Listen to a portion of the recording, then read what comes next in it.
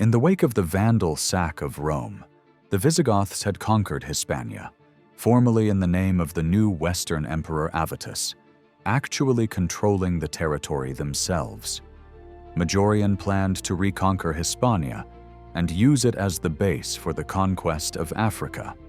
This rich province of the Western Empire, which provided for the very important grain supply to the city of Rome, was in fact under Vandal control.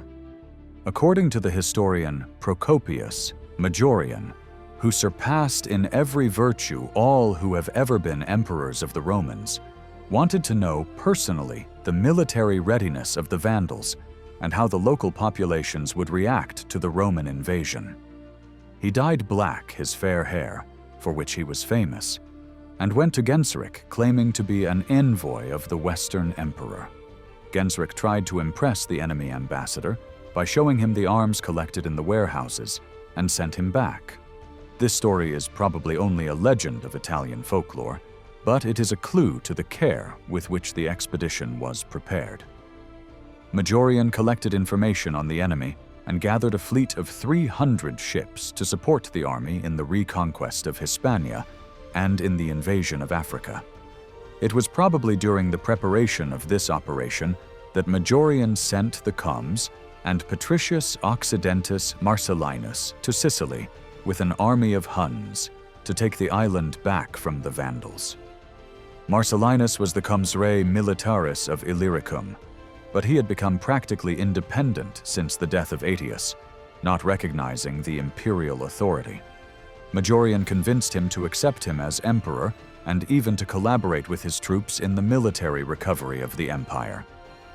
The campaign started with an operation against the Suebi in northwestern Hispania, lasting the whole of 459, led by the Magister militia Nepotianus and the Gothic comes Sunieric. Majorian gathered the main part of the army in Liguria, then entered Aquitaine and Novem Populania, coming from Theodoric's court in Toulouse. Genseric, fearing the Roman invasion, tried to negotiate a peace with Majorian, who rejected the proposal. The Vandal king then decided to devastate Mauritania, his own territory, because he thought that the Roman army would land there, and also ordered his navy to prepare incursions in the waters near the probable invasion area. In the meantime, Majorian was conquering Hispania, while Nepotianus and Sunieric defeated the Suebi at Lucus Augusti and conquered Scalabus in Lusitania. The emperor passed through Tisaragusta, where he performed a formal imperial adventus. Finally, he reached Carthaginiensis, where his fleet, docked at Portus Illicitanus, was destroyed by traitors paid by the Vandals. While Majorian was campaigning in the province of Carthaginiensis, the Vandals destroyed, through traitors, several ships that he was preparing for himself for a crossing against the Vandals from the shore of Carthaginiensis. Majorian, frustrated in this manner from his intention, returned to Italy. Majorian, deprived of the fleet that was necessary for the invasion, cancelled the attack on the Vandals. He received the ambassadors of Genseric, with whom he agreed to conclude peace, which probably included the recognition of the de facto occupation of Mauritania by the Vandals. On his way back to Italy, the emperor stopped at Arelate. Majorian understood that he could reign effectively only with the support of the senatorial aristocracy, whom he wanted to return to its pristine political prominence. At the same time, he planned to reduce the abuses perpetrated by the senators, many of whom cultivated their local interests disregarding the imperial policies, even refusing to pay taxes and keeping for themselves the taxes they had exacted. This fiscal evasion had a cascade effect that affected the small landowners, the citizens, and the local civil magistrates. For example, the decurions had personally to compensate the imperial treasury for all taxes not exacted. Sometimes, oppressed by the debts accumulated in this way, the decurions abandoned their status, a problem already addressed by Emperor Julian. Majorian also cancelled tax arrears knowing that fiscal policy could not be effective if taxpayers had to pay large accumulated arrears. On March 11, 458, Majorian issued a law entitled De Indulgentias Reliquorum, on the remission of past due accounts. This law remitted all the tax arrears of the landowners. This same law explicitly prohibited public administrators who had a record of keeping the collected money for themselves from collecting taxes. This task was to be reserved to the governors alone. Another law issued to reorganize the tax system was issued on September 4th of the same year and was entitled De Bonus Caducis Sive Proscriptorum, on abandoned property and that of proscribed persons. The Comes Privatae Largitionis Enodius was to admonish the provincial judges against defrauding the imperial treasure, keeping for themselves a part of the money collected. The emperor was also interested in repairing the backbone of the imperial administration. On the 8th of May, 458, Majorian issued a law entitled De Defensoribus Civitatum, the defenders of the municipalities, to re-establish the office of the Defensor Civitatis. This city magistrate represented the interests of the citizens in trials against the public administration, particularly in fiscal matters. This magistracy was still in existence, but actually ineffective, since it was often held by the same officials who cheated the population. Another law was issued on November 6th to strengthen the magistracy of the decurions. De curialibus et de agnatione vel distractione praediorum et de ceteris negotis. Decurions, their children, and the sale of their landed estates was issued to forgive past abuses perpetrated by the decurions. This forbade them to leave their status or to alienate their own properties. Majorian minted coins in gold, silver, and bronze. Gold coinage was minted in great quantities. On these coins, the emperor is depicted, with few exceptions, with an combat helmet, a spear, a shield, and a chairo, looking towards right. This typology was derived from a rare type minted in Ravenna for Honorius and used in great quantities only by Majorian, while it was dropped by his successors. The first series of solidi were minted probably in Ravenna and bear at the obverse the joint portrait of Majorian and Leo I, thus celebrating the mutual recognition of the two Roman emperors. The mints of Ravenna and Milan issued both solidi and tremisses since the beginning of Majorian's reign. No series of semices are attested for these two mints, probably because the semices were typically minted by the Mint of Rome, and this mint was not active under Majorian, who never visited the ancient capital of his empire. During his 4 years of rule, the minting of solidi is attested for the mint of Arelate in 458, a fact compatible with the presence of Majorian in Gaul in that year. This mint was again active in 460, when the emperor returned from his campaign in Hispania. The Visigoths minted some reproductions of his solidi, modeled after the issues of the Arelate mint. As Arelate issued only solidi, the Visigoths used those designs also for the tremisses. Silver coinage was issued almost exclusively by the Gallic mints. It has been suggested that these series were not issued by Majorian, but by Aegidius after the emperor's death, to mark the fact that he did not recognize his successor, Libius Severus. Majorian also produced great quantities of numi of great weight, mostly minted at Ravenna and Milan, and some contorniates, mostly in Rome, but probably also in Ravenna. The diffusion of Christianity in the empire caused some social changes within the aristocratic families. In several wealthy families, daughters were obliged to take religious vows and never marry, so that the family wealth would not be dispersed in dowries. Majorian thought that this behavior was harmful to the state because it reduced the number of Roman children and because it caused the girls to start illicit affairs. On October 26, 458, the emperor addressed a law, the Novella Majoriani 6, to the praetorian prefect of Italy, Caecina Decius Basilius.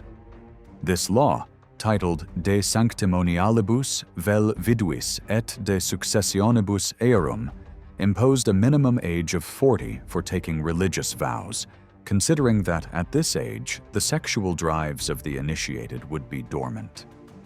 The law also granted women who had been forced to take religious vows and were subsequently disinherited the same rights on the legacy of parents as their brothers and sisters. In order to solve this same problem of the decline of the Roman population, in particular compared with the growth of the barbarians allocated within the imperial boundaries, Majorian addressed the problem of young women widowed and without children who never remarried because of the influence of the clergy, to whom they destined their goods in their will. The young widows were prohibited to take religious vows. By the same measure, departing in this from the policy of the Eastern Empire, Majorian insisted that a marriage without dowry and pre-wedding exchange of gifts was invalid, simultaneously ended the practice of requesting pre-wedding gifts of a value considerably higher than the dowry. When Majorian took power by deposing Avitus, the province of Gaul, where Avitus's power was based, did not recognize the new emperor. When Majorian reconquered the province, he chose to forgive this rebellion. The reason was that Majorian understood that one of the mistakes of his predecessor was to promote and trust only the senatorial aristocracy of Gaul, the region he come from, favoring it over the senatorial aristocracy of Italy. Majorian, instead, decided to gain the favor of the wealthy and noble families of the recovered province, involving them in the administration of the power, together with the Italian aristocracy that, on the other side, had supported him since the beginning. A clue of this policy is the origin of the high civil servants of his administration, in particular of the consuls, whom the emperor appointed jointly with his Eastern colleague. In the first year, Majorian reserved the honor for himself, as was usual for the Augusti, while in the second year he appointed his former colleague and powerful magister militum, Ricimer. Then, for the year 460, he chose the Gallic senator Magnus, and for the next year, the Italian senator Severinus. Magnus had been appointed praetorian prefect of Gaul in 458, while the praetorian prefect of Italy was Caecina Decius Basilius, who was the patron of the Gallic senator Sidonius Apollinaris, while the comes privatae largitionis, Enodius, was related to a family with interests in Arelate. Majorian also showed great respect towards the Roman Senate, as suggested by the message he addressed to it on the eve of his coronation. He promised the senators he would not take into account the accusations of informers, which were much feared as they might be used by the emperor to cause the fall of influential figures. And the promises were followed by facts, as told by Sidonius Apollinaris, who had been anonymously accused of the authorship of a pamphlet against some influential figures. During a dinner together, Majorian diffused the risky situation with a witticism. Since the beginning of the 4th century, the monuments of Rome, and more generally all buildings of some value that were in a state of neglect for various reasons, were increasingly used as quarries for valuable building materials. This practice, in fact, was cheaper and more convenient than import from remote locations, sometimes rendered difficult or impossible by the control of the sea by the Vandals.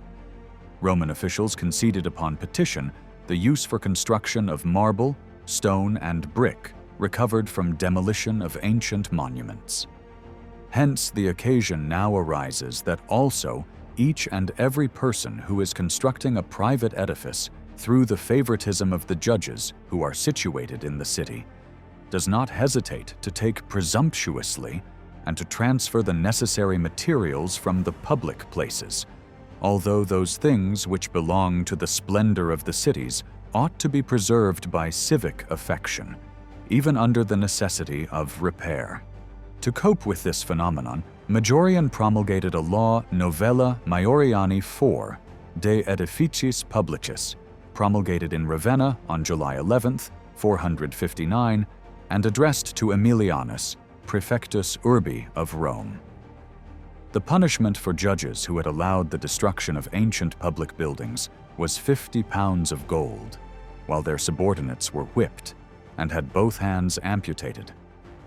Those who had removed materials from public buildings were to return it. The Senate had the power to decide whether there were extreme conditions that justified the demolition of an old building, and, if it decided for the demolition, the emperor had still the right to order that the resulting materials should be used to decorate other public buildings. Just as the fate of Avitus had been marked by the betrayal of Ricimer and of Majorian, and by the dismissal of his German guard, so the fate of Majorian himself was decided by the disbandment of his army and a plot organized by Ricimer. In fact, while the emperor was busy away from Italy, the barbarian Patricius et Magister Militum had gathered around himself the aristocratic opposition to his former comrade, with whom, just a few years earlier, he had cultivated dreams of power. Majorian's legislation had shown that he intended to intervene decisively on issues that plagued the empire, even if they countered the interests of influential aristocrats. After spending some time at Arelate, his base at the end of the operation against the Vandals in Hispania, Majorian disbanded his barbarian mercenaries and, accompanied by some guards, set off to Rome, where he intended to carry out reforms. Ricimer went to meet Majorian with a military detachment. The Magister Militum met the emperor near Tortona and had him arrested and deposed. The emperor was deprived of his dress and diadem, beaten and tortured. After 5 days, Majorian was beheaded near the river Iria. He was about 40 years old and had reigned for 4. The city of Tortona now hosts, in the Church of St. Matthew, a building traditionally identified as the Mausoleum of Majorian. After the death of Majorian, Ricimer waited for 3 months before placing on the imperial throne a person he believed he could manipulate. He finally chose Libius Severus, a senator of no political distinction, probably selected to please the Italian senatorial aristocracy. The new emperor was not recognized by the Eastern Emperor Leo I, nor by any of the generals who had served under Majorian, not by Aegidius in Gaul, not by Marcellinus in Sicily and Illyria, and not by Nepotianus in Hispania. Flavius Libius Severus Serpentius was Western Roman emperor from November 19, 461, to his death. A Roman senator from Lucania, Severus was one of the last Western emperors emptied of any effective power and unable to solve the many problems affecting the empire. The sources describe him as a pious and religious man. On August 7, 461, the Magister Militum of the Western Roman army, Ricimer, had Emperor Majorian killed, thus leaving the Western throne empty. A struggle for the succession thus ensured, with the Eastern Emperor, Leo I the Thracian, the king of the Vandals, Glycerius, and Ricimer himself involved. The Eastern Emperor traditionally had the right to accept his colleague, for the empire was nominally still united. Ricimer needed a weak emperor on the throne in order to control him. His barbaric descent barred him from taking the throne for himself. Glycerius had captured the wife and the 2 daughters of the Western Roman Emperor Valentinian III, Licinia Eudoxia, Placidia, and Eudocia, during the sack of Rome, and through the marriage of one of them, Eudocia, with his son Huneric, he had entered the imperial family. Glyceric's candidate to the Western throne was Olibrius, who had married Placidia and was thus a member of his family. In order to push for Olibrius's election, Glycerius decided to put pressure on the empire with several raids on the coasts of Italy and Sicily, maintaining that the peace treaty he had signed with Majorian was no longer valid. Ricimer reacted by sending an embassy to Glycerius and asking him to respect the treaty, while a second embassy was sent by Leo I, asking for the end of the raids and the release of the wife and daughters of Valentinian. Despite the pressure of the Vandal raids, Ricimer ignored Olibrius and put the senator Libius Severus on the Western throne. He was probably chosen in order to please the Italian aristocracy. Severus was elected emperor by the Roman Senate on November 19, 461, in Ravenna. Severus had to face several problems during his reign because of the presence of Ricimer and because his rule was not recognized in several provinces. At the beginning of the 460s, the Western Roman Empire no longer ruled several imperial provinces, even nominally. Britain had been abandoned, Africa had been conquered by the Vandals, and Hispania was occupied by the Suebi and the Visigoths. However, the area under Libius's control was even smaller, as the governors of several provinces did not recognize him as emperor. Both Aegidius, who controlled Gaul, and Marcellinus, who ruled semi-autonomously over Illyricum, had been supporters of Majorian and thus did not accept Libius's election. Even the Eastern Emperor Leo I the Thracian did not recognize Libius Severus. The historical sources related to the eastern part of the empire, Marcellinus Comes and Jordanus, consider Libius a usurper of the Western throne. Libius Severus feared that Marcellinus, who commanded a powerful army, could descend upon Italy and asked for Leo's help. The Eastern Emperor sent Phylarchus as envoy to Marcellinus and dissuaded him from the attack. This episode is also important because it marks the passage of Illyricum from the western to the eastern sphere of influence. To oppose Aegidius, Severus appointed his own supporter Agrippinus to the office of Magister Militum per Gallius, thus officially giving him power over Aegidius. During Majorian's reign, Agrippinus had been accused by Aegidius of treachery. Found guilty and condemned to death, he had been pardoned, probably because of Ricimer, who then supported him in opposition to Aegidius. Agrippinus asked for support from the Visigoths, and with their help moved against Aegidius and his Frankish allies, led by King Childeric I. In exchange for their support, in 462, the Visigoths received the city of Narbonne from Severus, thus getting access to the Mediterranean Sea and separating Aegidius from the rest of the empire. Among Severus's few official acts, there is the appointment as Praetorian Prefect of Gaul of that Arvandus, who in 468 was to be prosecuted for treachery and condemned to death for having tried to obtain the throne. Therefore, Severus actually ruled only over Italy, even if in 465, with the death of Aegidius, Gaul returned to his sphere of influence for a short time. It is probably to this temporary control over Gaul that the limited issue of his coins by the Mint of Arelate is to be dated. Ricimer put Libius Severus on the throne, though he retained actual power. Some coins exist issued in Severus's name, yet bearing a monogram sometimes identified with Ricimer.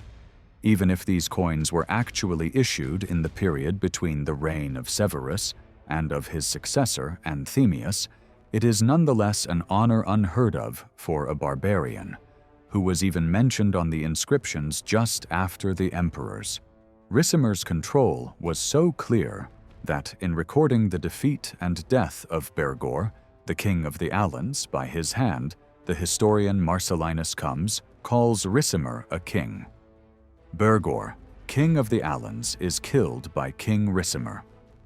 One source, Cassiodorus, goes so far to attribute Severus's death to poisoning ordered by Ricimer, when all of the other sources claim it was a natural death. The Vandals continued their raids during the reign of Severus. On one hand, Glycerius justified the raids, complaining that he had not received part of Valentinian's legacy. On the other hand, he still hoped to put Olibrius on the Western throne. Vandal raids deeply affected the economy of the Italian landowners, typically senators. Some representatives of the Italian aristocracy went to the emperor to pledge for a reconciliation with Glycerius. Severus chose the patrician Tatian and sent him to the king of the Vandals, who, however, rejected the peace proposal. Even if Severus was not officially recognized by Eastern Emperor Leo I the Thracian, nonetheless the two halves did collaborate, as shown by the episode of Leo's intercession with Marcellinus and the embassy led by Phylarchus. Another sign of the collaboration between the two courts is the choice of consuls. According to tradition, each court chose a consul and accepted the one chosen by the other court. Without Eastern recognition, Severus named himself Consulate of 462 and chose an influential member of the Roman senatorial aristocracy for the following year. Severus then decided not to indicate a consul for the years 464 and 465, and chose to accept the two designated by the Eastern Court. The details of Severus's death are obscure, but the majority of the modern scholars agree that he died of a natural cause in 465. In a passage from his Getica, Jordanus claims Severus ruled for only 3 years. It is probable, however, that this is a mistake by the 6th century historian. As regards the day of his death, it is recorded as August 15th by Fasti Vindobonensis Prioris, but a law by Severus dated September 25th has been preserved. Either he died after that day, or the law was issued after his death in his name. Cassiodorus, in the 6th century, maintains that Severus was treacherously poisoned by Ricimer in his own palace. But 3 years after Severus's death, the poet Sidonius Apollinaris wrote that he had died a natural death. According to modern historians, Ricimer had no reason to kill Severus, who was actually a puppet under his control, unless he was an obstacle to Ricimer's reconciliation with Leo. Procopius Anthemius was Western Roman emperor from 467 to 472. Perhaps the last capable Western Roman emperor, Anthemius attempted to solve the two primary military challenges facing the empire remains of the Western Roman Empire: the resurgent Visigoths under Euric, whose domain straddled the Pyrenees, and the unvanquished Vandals under Glycerius, in undisputed control of North Africa. Anthemius was killed by Ricimer, his own general of Gothic descent, who contested power with him. Anthemius belonged to a noble family, the gens Procopia, which gave several high officers, both civil and military, to the Eastern Roman Empire. His mother Lucina descended from Flavius Philippus, Praetorian prefect of the East in 346, and was the daughter of the influential Flavius Anthemius, Praetorian prefect of the East, and consul in 405. His father was Procopius, Magister Militum per Orientum from 422 to 424, who was descended from the Procopius who had been a nephew of Emperor Constantine the Third and a usurper against the Eastern Emperor Valens. Born in Constantinople around 420, he went to Alexandria to study in the school of the Neoplatonic philosopher Proclus.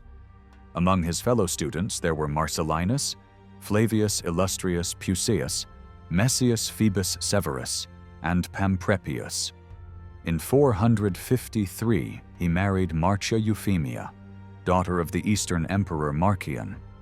After the marriage, he was elevated to the rank of comes and sent to the Danubian frontier with the task of rebuilding the border defenses, left in bad condition after Attila's death in 453. In 454, he was recalled to Constantinople, where he received the title of Patricius in 454 or 455, and became one of the two Magistri Militum, or Magister Utriusque militia of the East. In 455, he received the honor of holding the consulate with the Western Emperor Valentinian III as colleague. This succession of honorable events, the wedding with Marcian's daughter, a promotion to an important military rank, but with administrative rather than military tasks, the prestigious rank of patricius, and the highest military position, the consulate held with an emperor as colleague, suggests that Marcian had selected Anthemius as a possible candidate for the Eastern or Western throne.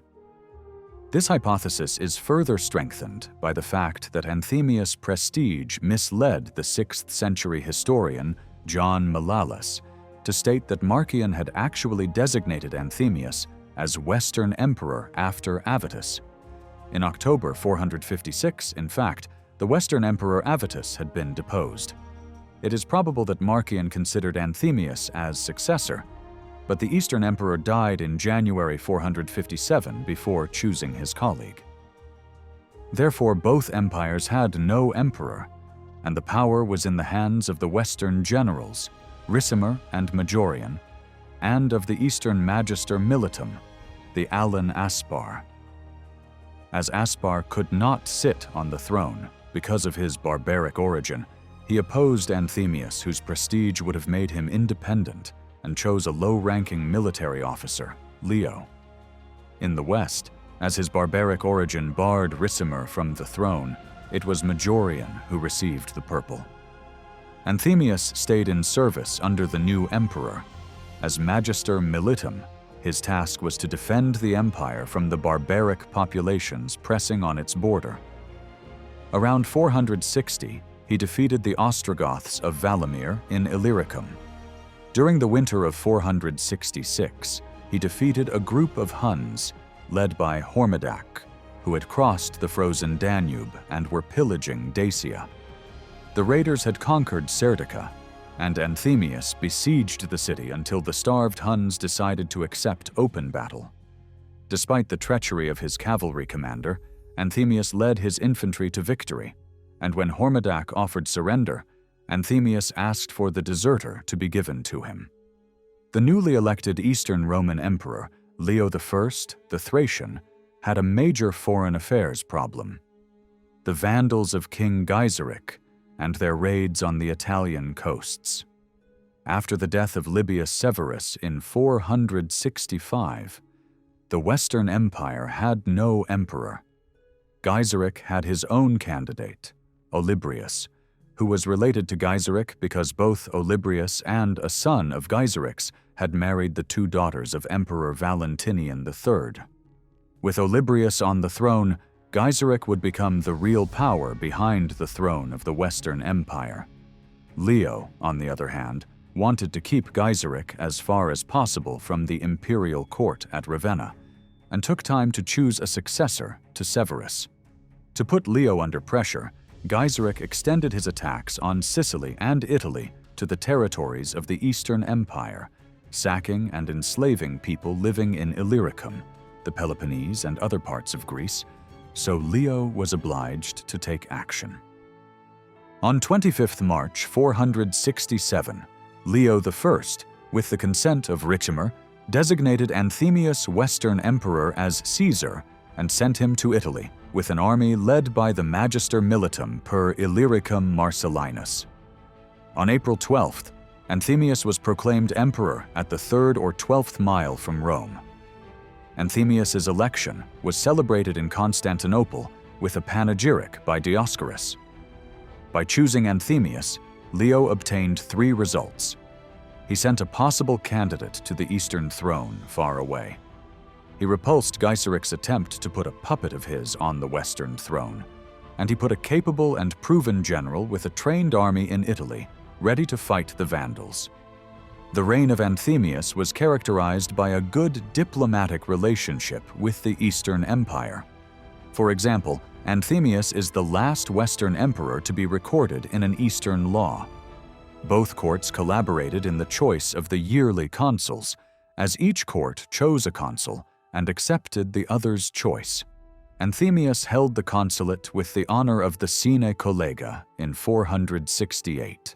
the first year he started as emperor, following a similar honor given to Leo in 466. The following year, the two consuls were Anthemius' son, Marcian, and Leo's son-in-law, Flavius Zeno. In 470, the consuls were Messius Phoebus Severus, Anthemius' old friend and fellow student at Proculus's school, and the magister Militum per Orientem Jordanis. In 471, the year in which Leo held his fourth consulate with the Praetorian prefect of Italy, Caelius Aconius Probianus, as colleague, the two emperors strengthened their bonds with a marriage between Anthemius' son, Marcian, and Leo's daughter, Leontia. Marcian was honored with his second consulate the following year, this time chosen by the Eastern court. Anthemius' matrimonial policy also included the marriage of his only daughter, Olympia, and the powerful magister Militum Ricimer. The poet Sidonius Apollinaris arrived in Rome on the occasion of the wedding at the end of 467 and described the celebrations in which all social classes were involved. He also hints that Olympia might have not liked her husband, a barbarian. The Vandals were the major problem of the Western Empire.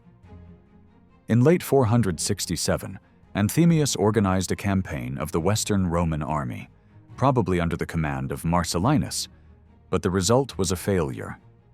The bad weather obliged the Roman fleet to return to its base before completing the operation. In 468, Leo I, Anthemius, and Marcellinus organized a major operation against the Vandal kingdom in Africa. The commander-in-chief of the operation was Leo's brother-in-law Basiliscus. A fleet consisting of upwards of 1,000 vessels was collected to transport the combined Eastern-Western Illyric army, and while most of the expenses were paid for by the Eastern Empire, Anthemius and the Western Treasury contributed to the costs. The fleet was defeated in the Battle of Cape Bon, however, with Marcellinus killed at Roman hands in its wake. Leo decided to sign a separate peace with Glycerius. Anthemius lost his allies, and with the imperial treasury almost emptied by the failed operation, renounced taking Africa back. Instead, he concentrated on the second problem of his empire, keeping under his control the western provinces targeted by Visigoth expansion.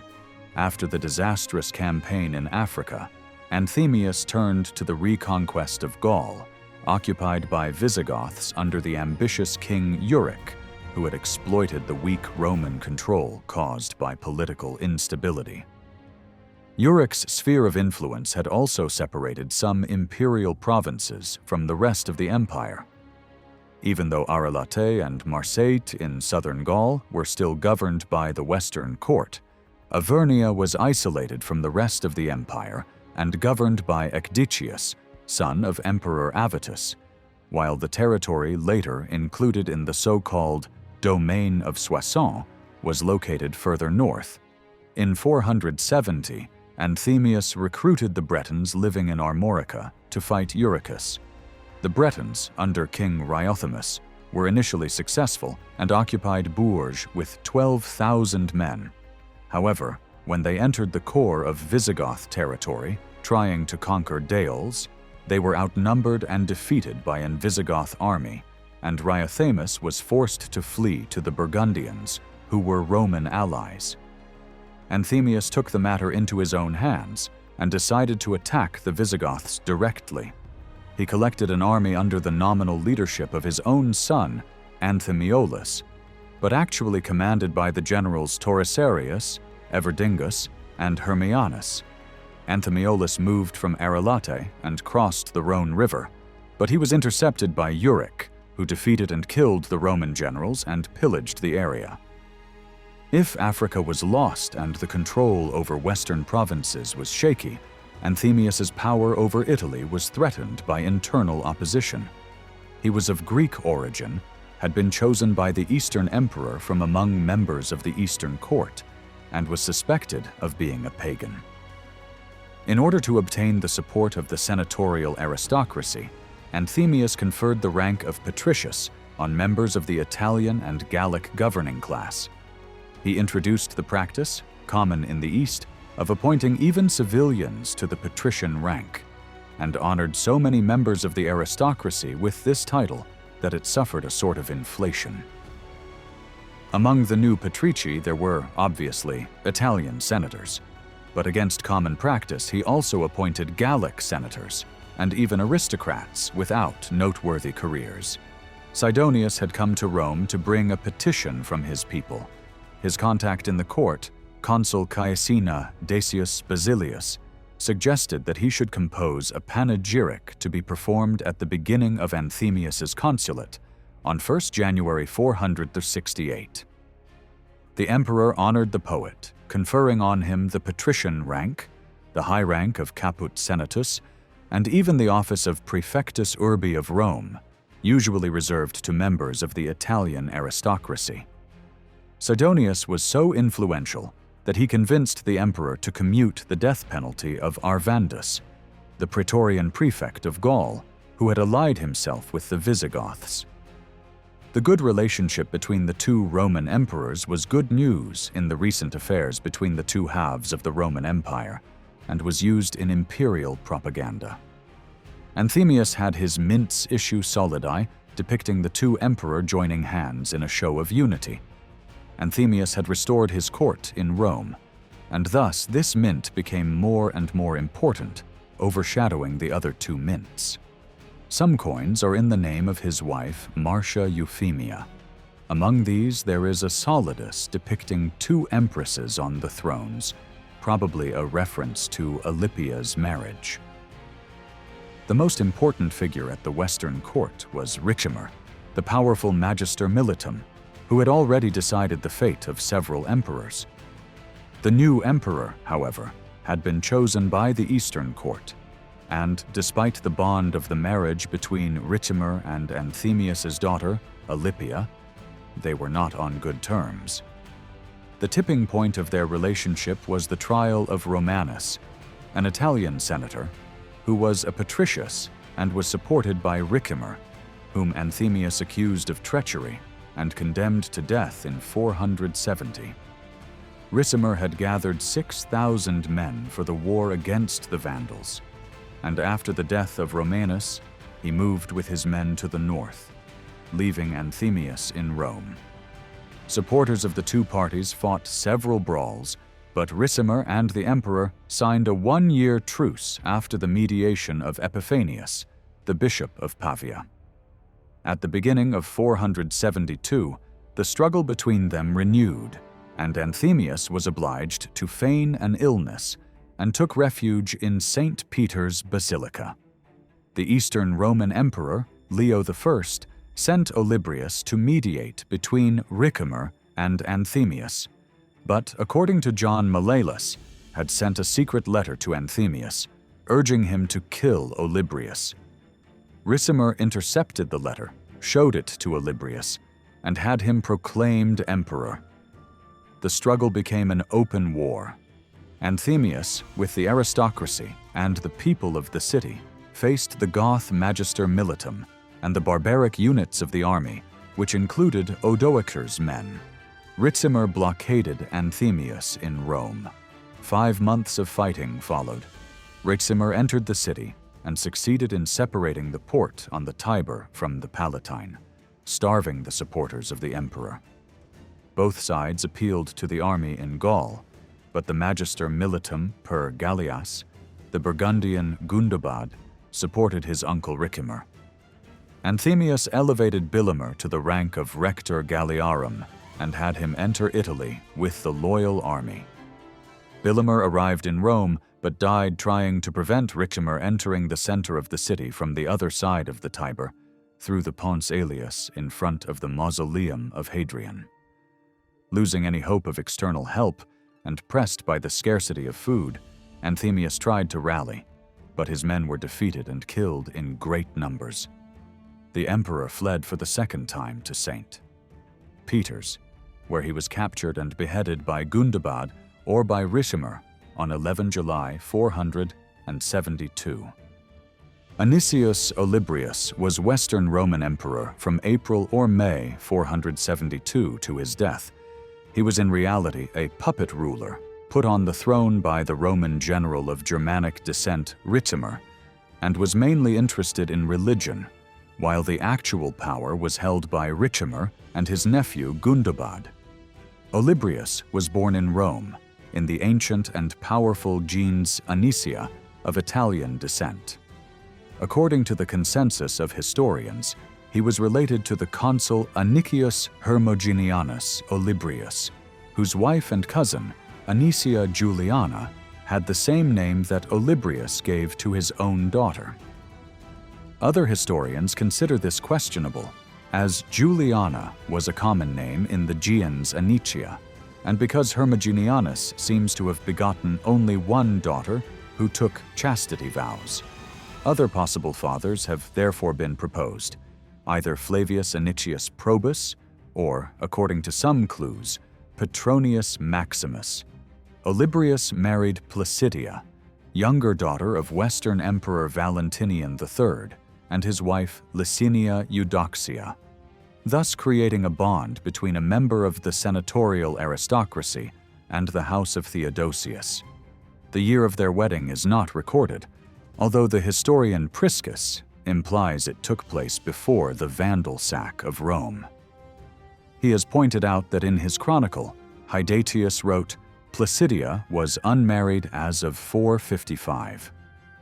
Stephen Mühlberger points out that many of the events in the chronicle of Hydatius are based on hearsay, that problems with his chronology resulted from delays and distortions in the best information to which he had access, and thus the evidence from Hydatius is not as decisive as Ust believed.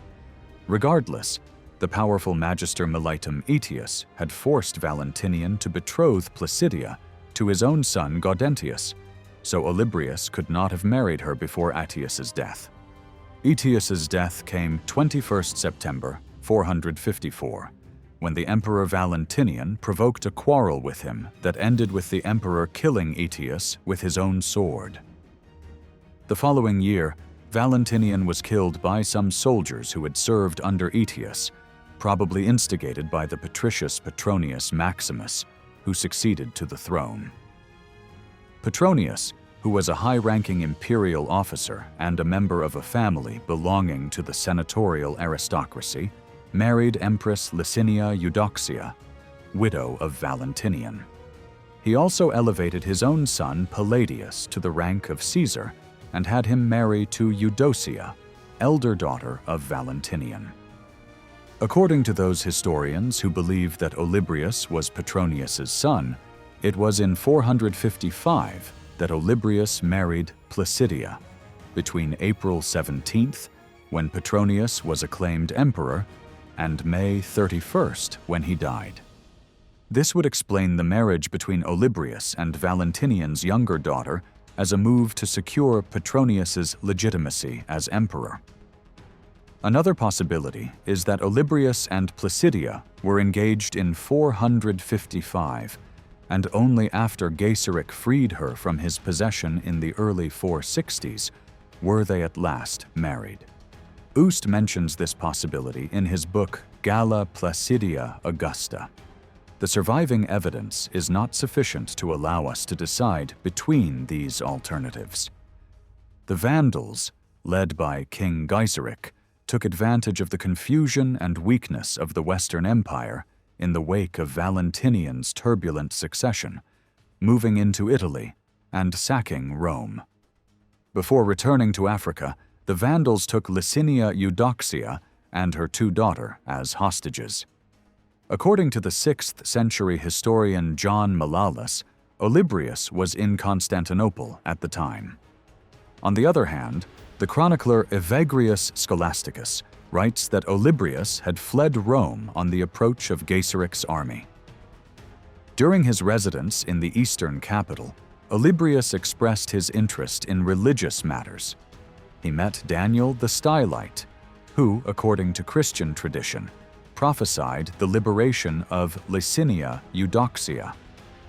In the meantime, the Western Empire went through a rapid succession of emperors.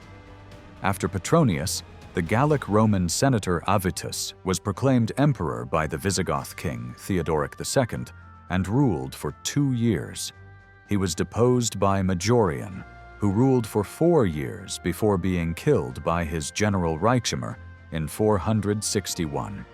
Glycerius supported Olibrius to assume the vacant western throne because Glyceric's son, Honorius and Olibrius, had married the 2 daughters of Valentinian III.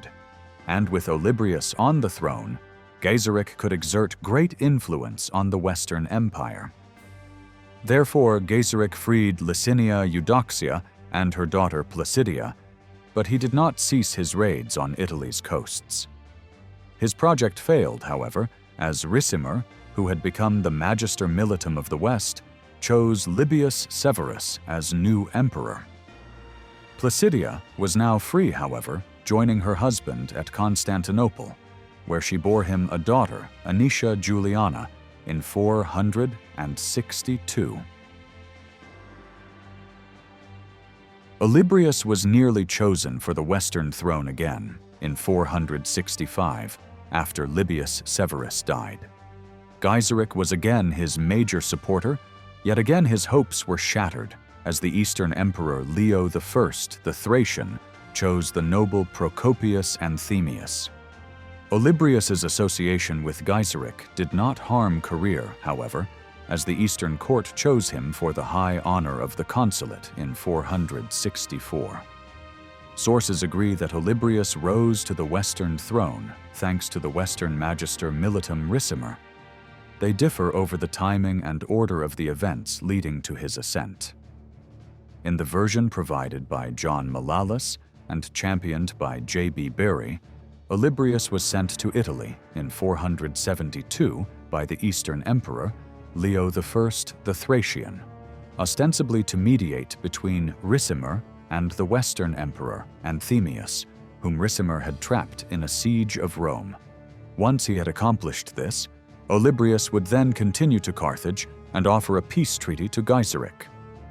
Leo suspected that Olibrius favored the Vandal king, however, and would secretly take his side and betray the suspicious emperor.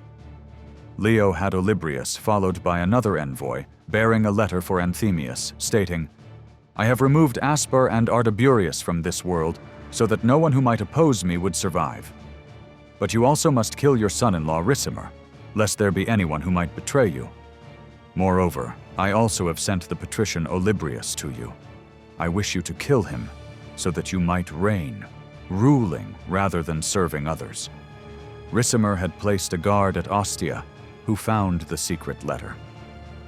Ricimer showed the document to Olibrius, which convinced Olibrius to accept the purple. From Ricimer's point of view, Olibrius was a good candidate as a member of the Roman senatorial aristocracy, and because of his marriage to Placidia. His marriage to her makes him the last emperor of the house of Theodosius. Ricimer had Anthemius killed, and Olibrius acclaimed emperor. The competing version of events does not mention the secret letter. Instead, after arriving in Rome, Olibrius was proclaimed emperor several months before Anthemius's death, in April or May 472. Ricimer then besieged the part of Rome where Anthemius was for several months, until the lawful emperor was abandoned by his partisans, captured in a church, and put to death by Gundobad, Ricimer's nephew. This version implies that Olibrius was secretly supported by the Emperor Leo, which explains why Leo sent him there. Edward Gibbon accepts this implication as fact, although none of the 3 sources explicitly state that Leo supported Olibrius. What other reason could there be, Berry asks, then answers his own rhetorical question. The facts that Anthemius was Leo's chosen candidate, his filius, and that Olibrius was the friend of his foe Genseric, are a strong counter-argument. The reign of Olibrius was short and uneventful. Soon after the death of Anthemius, Ricimer also died, on August 9th or 19th. His nephew Gundobad was elevated to Magister Militum in his place. Very little is known of Olibrius's policy. In his Vita Epiphanius, Honorius describes him as a pious man who acted accordingly. As evidence, he had minted a new series of gold coins bearing a cross and the new legend welfare of the world instead of the usual welfare of the state. It is also noteworthy that Olibrius is depicted on his coins without helm and spear, common symbols on his predecessor's coinage, suggesting he had little interest in military matters. Olibrius died of dropsy after only 7 months of rule. The sources do not agree on the day of his death, reporting either October 22nd or November 2nd. Olibrius had a palace in the 10th region of Constantinople, at one end of the Mese, the main street, along the Constantiniani. Olibrius also restored, at his own expense, the nearby Church of Saint Euphemia, a famous church that had been chosen by Pulcheria, sister of Theodosius II, for the Council of Chalcedon in 451. This choice was a sign of the bond between Olibrius, a Roman senator, with the imperial house of Theodosius. In 1707, Apostolo Zeno and Pietro Pariati wrote a libretto entitled Flavio Anicio Olibrio. The story told in the opera is quite different from the real one, despite the fact that Zeno claimed to use several historical sources.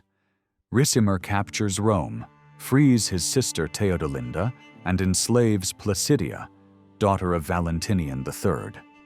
A little later, Olibrius frees Rome and Placidia and marries her. The libretto was written for a drama per musica in 3 acts by Francesco Gasparini, performed that same year in the Teatro San Cassiano in Venice. But the same libretto was put in music also by Nicola Porpora, by Leonardo Vinci, and by Andrea Bernasconi. The libretto was also rewritten for the Ricimero by Niccolo Jommelli, performed at the Teatro Argentina in Rome in 1740.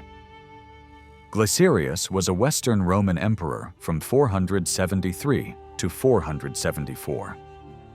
Elevated by his Magister Militum Gundobad, Glycerius was rejected by the court at Constantinople and ousted by Julius Nepos. He later served as the Bishop of Salona in the early Catholic Church. Sources on Glycerius are scarce and scanty. It is known that at the time of his elevation to the throne, he was the Comes Domesticorum, the commander of the imperial guard of the court at Ravenna. Previous to this posting, he had been the military commander in Dalmatia. In 472, the Western Roman Empire was plagued by a civil war between Emperor Anthemius and his Magister Militum, Ricimer. Ricimer killed the emperor and put Olibrius on the throne, but in a short time, both Ricimer and Olibrius were dead. The Eastern Roman Emperor, Leo IV the Thracian, tarried in choosing his successor, so the Germanic elements of the army, represented by the new Magister Militum and patrician Gundobad, elected Glycerius emperor on March 3rd or 5th, 473 in Ravenna. Little is known about the short reign of Glycerius. In his biography of Saint Epiphanius, Bishop of Pavia, Honorius states that Glycerius made many measures for the public good, but mentions only that he pardoned the injury done to his mother by certain of his subjects at the petition of Bishop Epiphanius. A single law issued by Glycerius survives concerning simony, dated 11th of March, 473, and addressed to Himilco, the Praetorian prefect of Italy. Ralph Matheson speculates that Glycerius tried to stay on good terms with the Eastern Roman Empire. For most of his rule, Glycerius lived in northern Italy, evidenced by the fact that the only mints issued in his name are from Milan and Ravenna. In 473, Euric, king of the Visigoths, ordered the invasion of Italy, but his commander Vincentius was defeated and killed by Glycerius' comets, Alla and Sindela. Despite the victorious defense of Italy, Glycerius could do nothing to prevent the Visigoths from conquering Arelate and Marseille in Gaul. At the same time, the Ostrogoths led by King Widimir began marching to Italy. The possibility that the two Gothic armies would merge was disastrous. Glycerius sent an envoy to Widimir and, through a combination of diplomacy and a bribe of 2,000 solidi, convinced Widimir that the territories he wanted were already occupied by the Visigoths and that he should move to Gaul. While this strategy prevented Vincentius from receiving reinforcements, it also led to the convergence of both Gothic armies against Gaul. The Eastern Roman Emperor Leo III had not recognized Olibrius and did not recognize Glycerius, as his election had not been ratified by the Eastern court, and it was suspected that he was a puppet of Gundobad.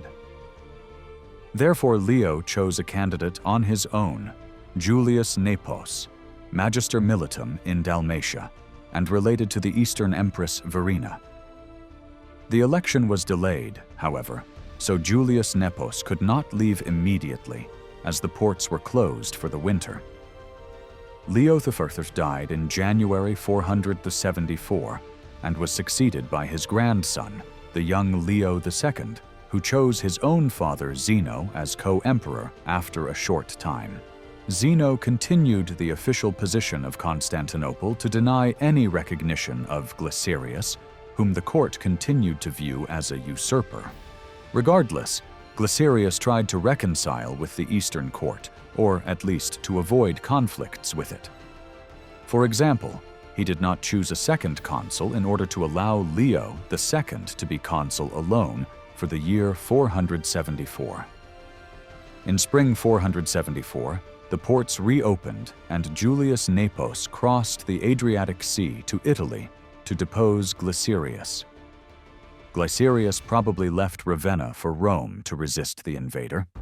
He had a silver coin minted in Rome, claiming himself as emperor together with Leo II and Zeno, and not recognizing Julius Nepos. However, Julius Nepos disembarked at Portus in July 474 and deposed Glycerius without a fight. Glycerius was sent to Dalmatia as Bishop of Salona. Glycerius's deposition was thus without any bloodshed, and historians investigated the possible reasons why the Western Emperor, who had Gundobad and his army at his command, did not try to resist.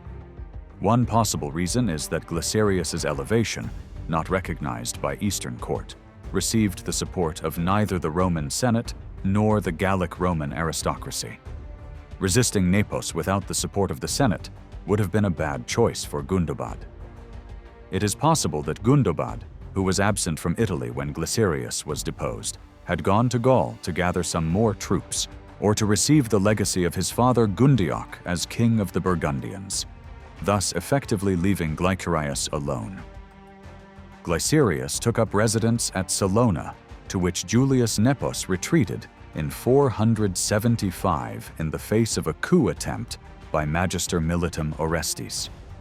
Nepos was still in Salona in 476 when Orestes' son, the usurper Romulus Augustus, was deposed by Odoacer, king of the Heruli. The historian Malchus maintains that in 480, Glycerius was a member of the conspiracy that led to the death of Emperor Nepos, and thus sought the favor of Odoacer. However, the appointment of Glycerius to the prestigious rank of Bishop of Milan, which would support the theory of the collaboration between Glycerius and Odoacer, is usually considered a rumor. It is assumed that Glycerius died at Salona. Julius Nepos was Western Roman Emperor de facto from 474 to 475 and de jure until 480.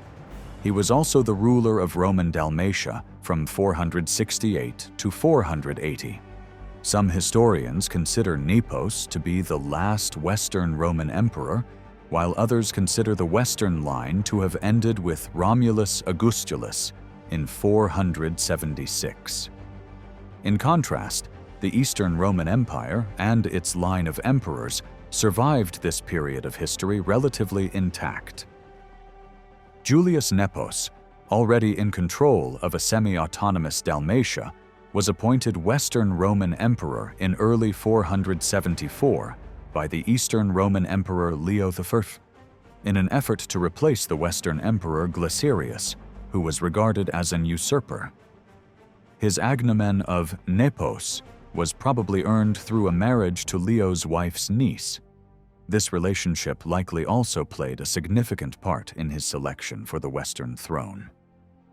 In June 474, shortly after Nepos's arrival in Italy, Glycerius surrendered. Nepos spared his life and appointed him bishop of Salona.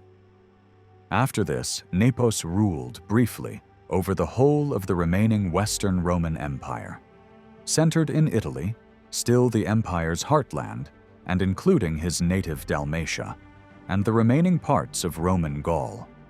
Nepos's rule in Italy ended in 475, when he was deposed by his magister militum, Orestes. Fleeing from Italy and Orestes without opposition, Nepos returned to Dalmatia, over which he retained control. In the same year, following Nepos's departure, Orestes enthroned his own teenage son as the new Western emperor with the regnal name Romulus Augustus, in reference to whom the second element is often used in the diminutive Augustulus.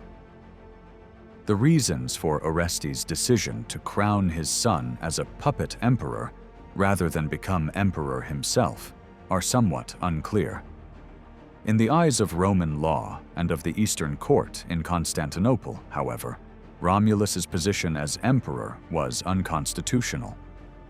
His short reign ended in 476 with the execution of his father and his own subsequent forced abdication, both the result of an uprising led by Odoacer, head of the Germanic foederati in Italy.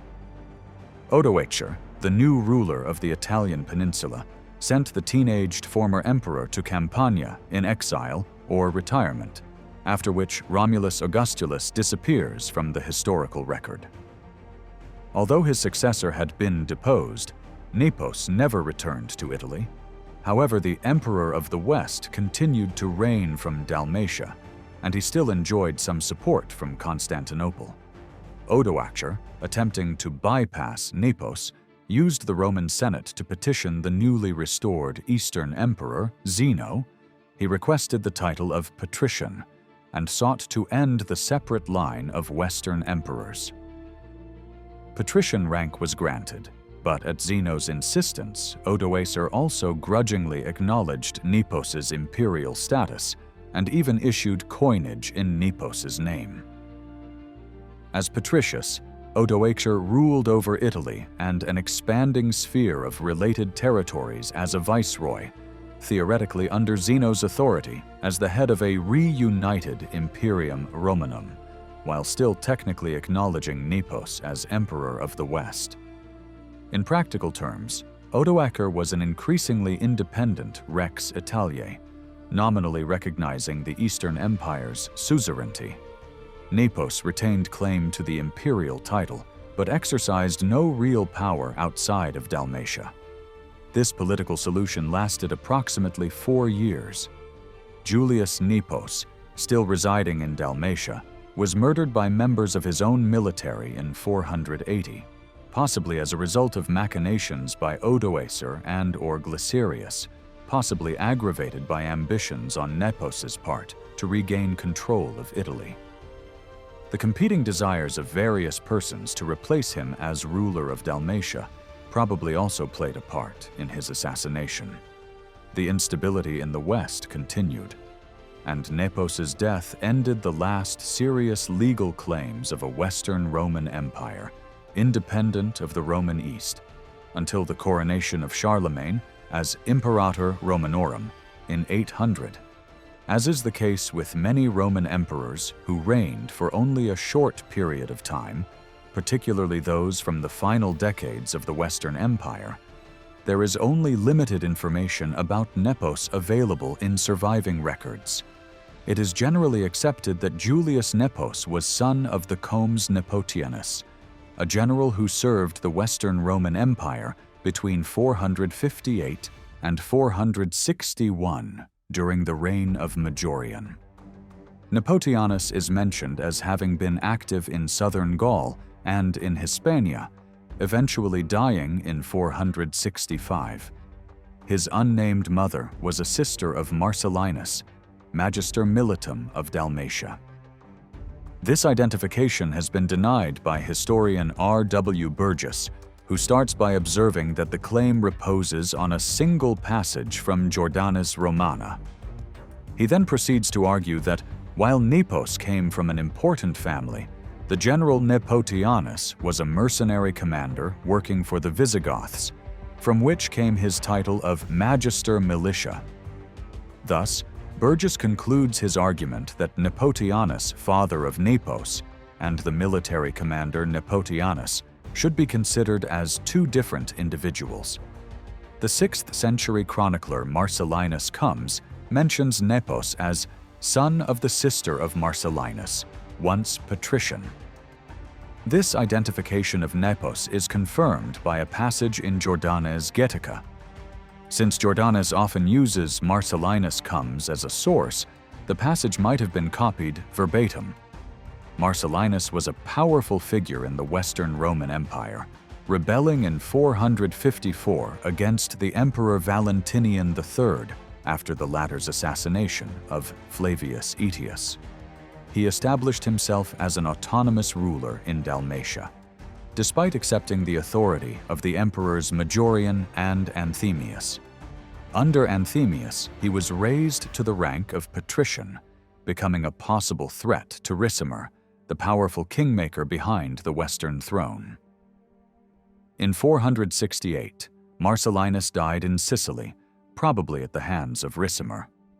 Nepos inherited control of Dalmatia from his uncle, gaining the title Magister Militum Dalmatiae, and with it a power base which would be integral to his future career. Nepos may have been a member of an enduringly prominent Dalmatian family. 4 memorial inscriptions commemorating similarly named individuals from the same region and falling within an appropriate time frame have been identified. Aelia Nepotes, Aelia Nepos, Julius Nepos, and Nepotes. The name also seems to be preserved in a church inscription of Salona, dating to the early 5th century. Although the association of the agnomen Nepos with his connection to the Leonid dynasty seems to be fairly clear, the origins of and relationships between all these similar-sounding names, including his father's, are less clear. Also unclear is what role Nepos's ties of kinship with Marcellinus might have played in the acquisition of his agnomen. Nepos was married to the niece of Eastern Roman Emperor Leo V, hence his Nepos, nephew, agnomen, and was named as emperor in the West by Leo in 474, in order to end the reign of the usurper Glycerius, who had been raised to the throne by the Burgundian magister Militum Gundobad in the western capital of Ravenna. Under Roman law, Leo was the sole legitimate emperor and had the right to select a new Western counterpart.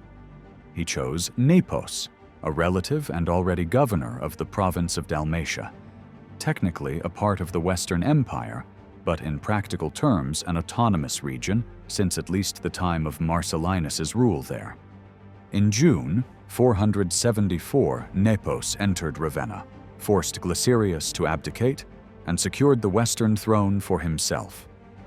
Glycerius was exiled to Dalmatia as bishop of the city of Salona, where he and Nepos may have crossed paths again. As emperor, Nepos sought to consolidate the Western Empire's remaining holdings, which consisted of Italy, Illyria, and the remaining parts of Roman Gaul. He was able to renegotiate a recently concluded peace settlement with the Visigoths and their king Euric, under which he restored the Provence region of Gaul to imperial control in exchange for other minor territories, where the empire was unable to maintain firm control and their strategic position was less sustainable. but he was less successful in negotiating with Glycerius, the king of the Vandals, who was once again launching pirate attacks on the Italian coast. Having recently made peace with the Eastern Empire, Glycerius saw no need to make new concessions to the recently appointed Augustus of the weakened and unstable West. Nepos was, by all accounts, one of the more capable of the late Western emperors, but he was unpopular with the Roman Senate, whose members disliked him for his close ties to the East. When Nepos made the mistake of appointing the untrustworthy but well-established Orestes as his magister militum, Nepos's lack of a solid core of support in Italy would work against him. On August 28, 475, Orestes took control of the government at Ravenna and forced Nepos to flee by ship to Dalmatia. Unable to appoint himself as the Western Roman emperor, Orestes instead appointed his son Romulus Augustulus, as Romulus was a citizen of Rome. The boy was probably around 12 years old when he became emperor and is ironically known to history as Romulus Augustulus, meaning Romulus the Little Augustus. However, Romulus's position was not constitutional inasmuch as he had not been recognized by the emperor at Constantinople, in whose eyes Nepos was still the sole Augustus of the West. The latter thus continued to rule in Dalmatia as emperor, recognized as such in Dalmatia and in the Eastern court. When Odoacer captured Ravenna, killed Orestes, and deposed Romulus on September 4, 476, he proclaimed himself ruler of Italy and asked the Eastern Roman Emperor Zeno to legalize his position as patricius of the Roman Empire and Zeno's viceroy in Italy. Zeno did so, but insisted that he recognize Nepos as Western Roman Emperor. Odoacer did this and even issued coins in Nepos's name throughout Italy. In name at least, the Western Roman Empire continued to exist after 476, but only as a legal formality and as a Aesop to imperial tradition. Through the Roman Senate, Odoacer requested that he be named a patrician by the Emperor Zeno, ruler of the eastern half of the Roman Empire. This request was granted, and technically Odoacer, as patrician, ruled Italy and an expanding sphere of related territories under Zeno's authority as the head of a reunited Imperium Romanum. In practical terms, Odoacer was an increasingly independent king, nominally recognizing the Eastern Emperor's suzerainty, with Nepos retaining a tenuous claim on the imperial rank. Similar arrangements might have continued for many years had events not taken another course. First, in about 479, Nepos began to plot against Odoacer, hoping to regain control of Italy for himself. Another possibility is that Glycerius, who continued as bishop of Salona, was plotting his revenge. What is certain is that Odoacer perceived Nepos as a threat and was determined to get rid of him. Nepos was assassinated by his own soldiers on one of three possible dates, April 25th, May 9th, or June 22nd, of 480. The April 25th date is probably the correct one. He was reportedly stabbed to death in his villa near Salona. Since Diocletian also had a residence in the area, it might have been the same building. Marcellinus Comes blames the treachery of his comes Viator and Ovida for the murder. Malchus also implicates the former emperor Glycerius in the conspiracy. Glycerius was after all bishop of Salona at the time, placing him in the vicinity of the murder. Ovida served as the next ruler of Dalmatia for a few months, but Odoacer used Nepos's murder as a pretext to invade Dalmatia. Odoacer defeated Ovida's forces on December 9th and added the province to his own kingdom. Adding to the suspicions about Glycerius is a report that Odoacer then made him bishop of Milan. Romulus Augustus is sometimes considered the last Western Roman emperor, reigning from 31 October 475 until 4 September 476. His deposition by Odoacer traditionally marks the end of the Western Roman Empire, the fall of ancient Rome, and the beginning of the Middle Ages in Western Europe. He is also known by his nickname Romulus Augustulus, though he ruled officially as Romulus Augustus. The Latin suffix "ulus" is a diminutive. Hence, Augustulus effectively means Little Augustus. The historical record contains few details of Romulus's life. He was installed as emperor by his father Orestes, the magister militum of the Roman army after deposing the previous emperor Julius Nepos.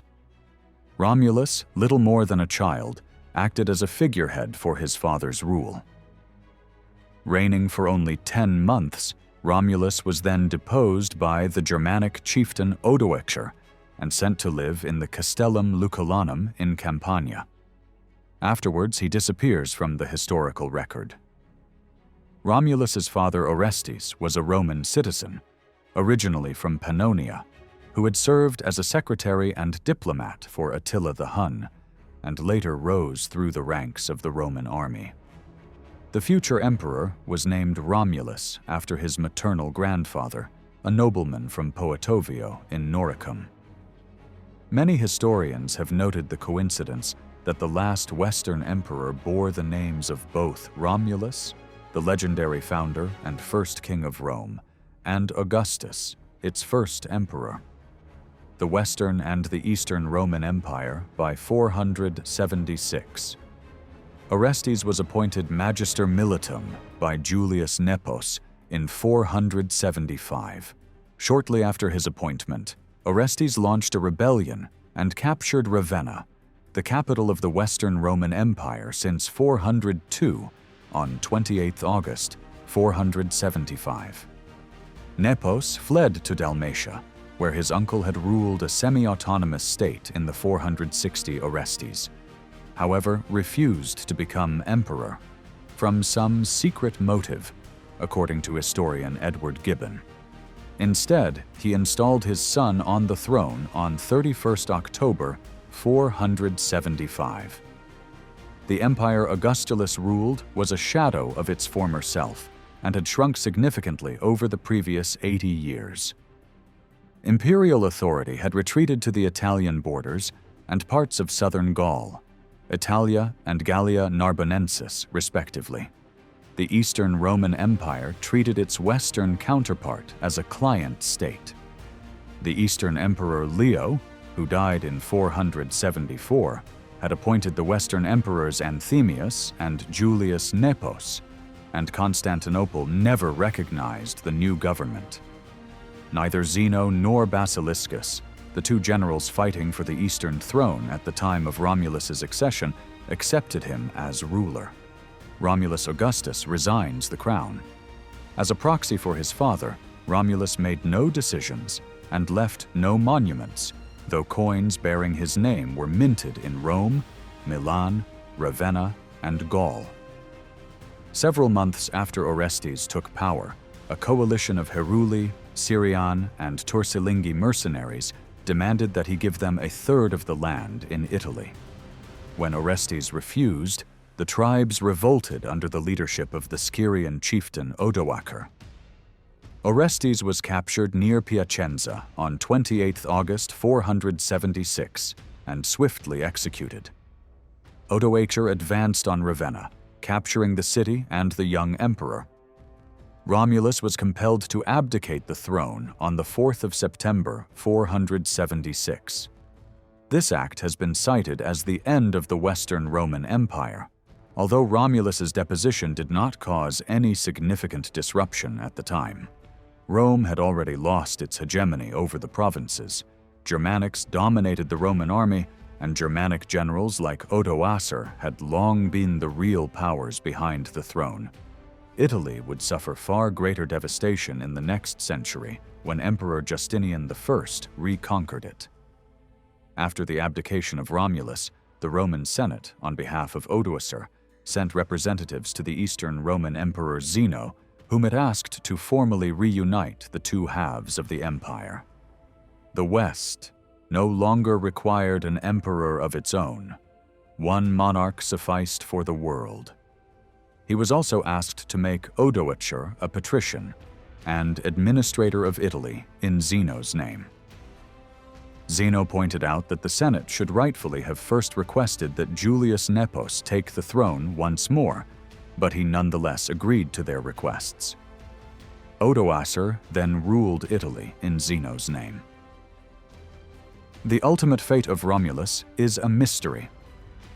The anonymous Valesianus wrote that Odoacer, taking pity on his youth, spared Romulus's life and granted him an annual pension of 6,000 solidi before sending him to live with relatives in Campania. Jordanus and Marcellinus. Comes say Odoacer exiled Romulus to Campania, but do not mention any reward from the Germanic king. The sources do agree that Romulus took up residence in the Lucullan villa, an ancient castle originally built by Lucullus in Campania. From here, contemporary histories fall silent. In the history of the decline and fall of the Roman Empire, Edward Gibbon notes that the disciples of Saint Severinus of Noricum were invited by a Neapolitan lady to bring his body to the villa in 488 in the place of Augustulus, who was probably no more.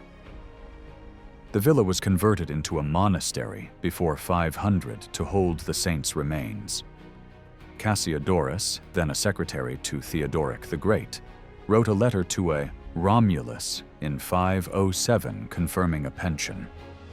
Thomas Hodgkin, a translator of Cassiodorus's works, wrote in 1886 that it was surely possible the Romulus in the letter was the same person as the last Western emperor. The letter would match the description of Odoacer's coup in the anonymous Valesianus, and Romulus could have been alive in the early 6th century. But Cassiodorus does not supply any details about his correspondent or the size and nature of his pension. And Jordanus, whose history of the period abridges an earlier work by Cassiodorus, makes no mention of a pension. As Romulus was an usurper, Julius Nepos claimed to legally hold the title of emperor when Odoacer took power.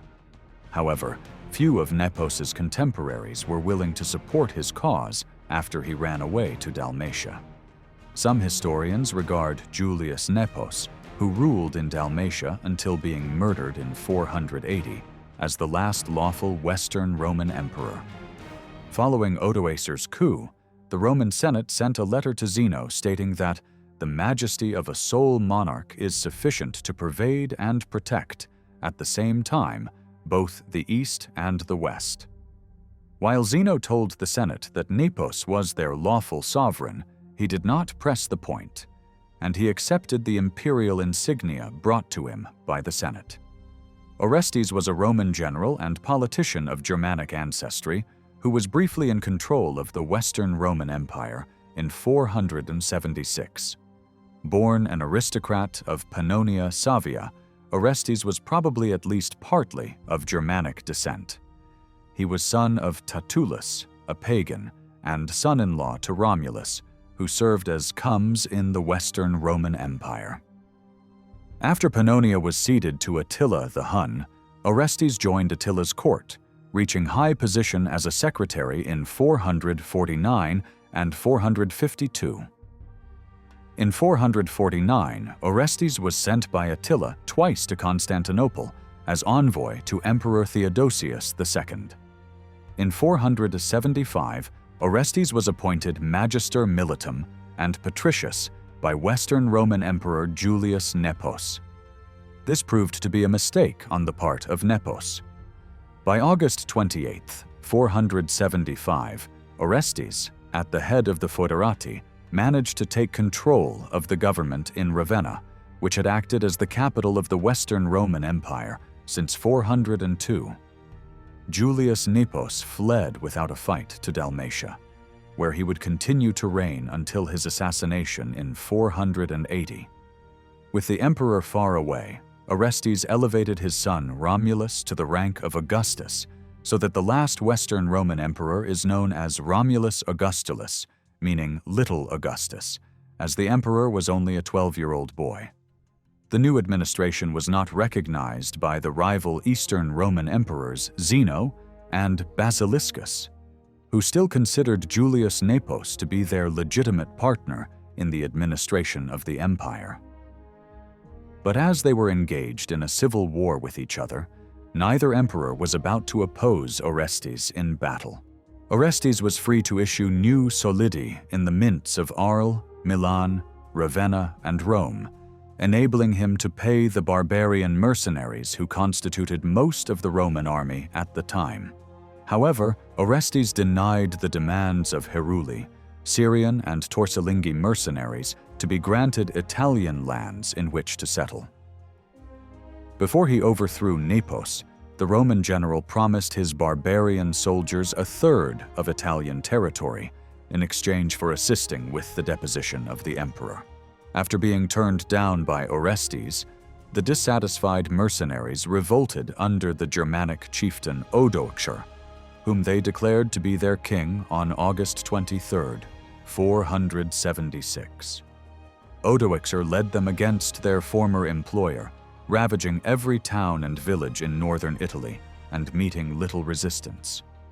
Orestes fled to the city of Pavia, where the city's bishop gave him sanctuary within the city walls.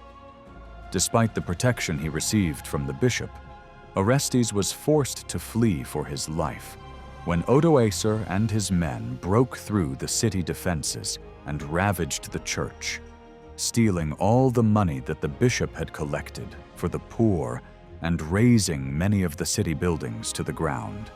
After escaping from the city of Pavia, Orestes rallied the few surviving units of Roman troops stationed in northern Italy and was able to move his small army to the city of Piacenza.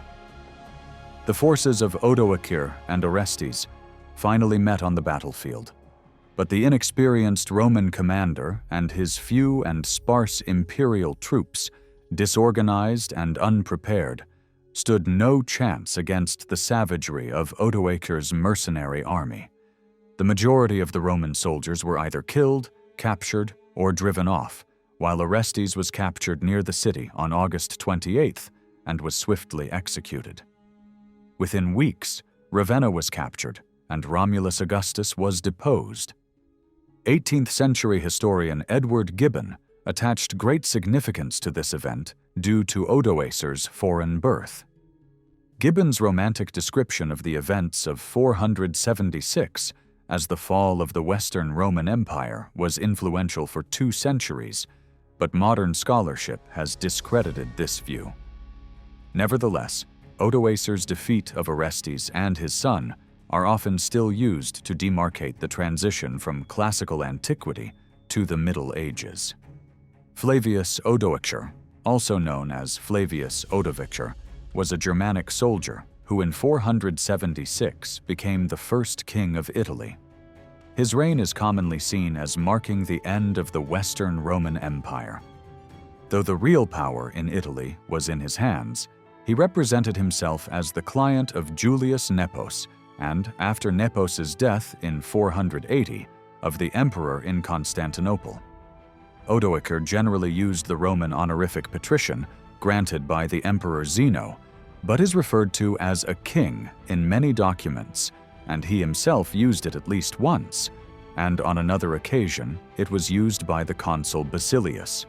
Odoacer introduced few important changes into the administrative system of Italy. He had the support of the Senate at Rome and was able to distribute land to his followers without much opposition. Unrest among his warriors led to violence in 477 to 478, but no such disturbances occurred during the later period of his reign. Although Odoacer was an Arian Christian, he rarely intervened in the affairs of the Orthodox and Trinitarian State Church of the Roman Empire. Probably of Syrian descent, Odoacer was a military leader in Italy who led the revolt of Herulians, Rugians, and Syrians, soldiers that deposed Romulus Augustulus on 4th September BCD 476. Augustulus had been declared Western Emperor by his father, the rebellious general of the army in Italy, less than a year before, but had been unable to gain allegiance or recognition beyond central Italy.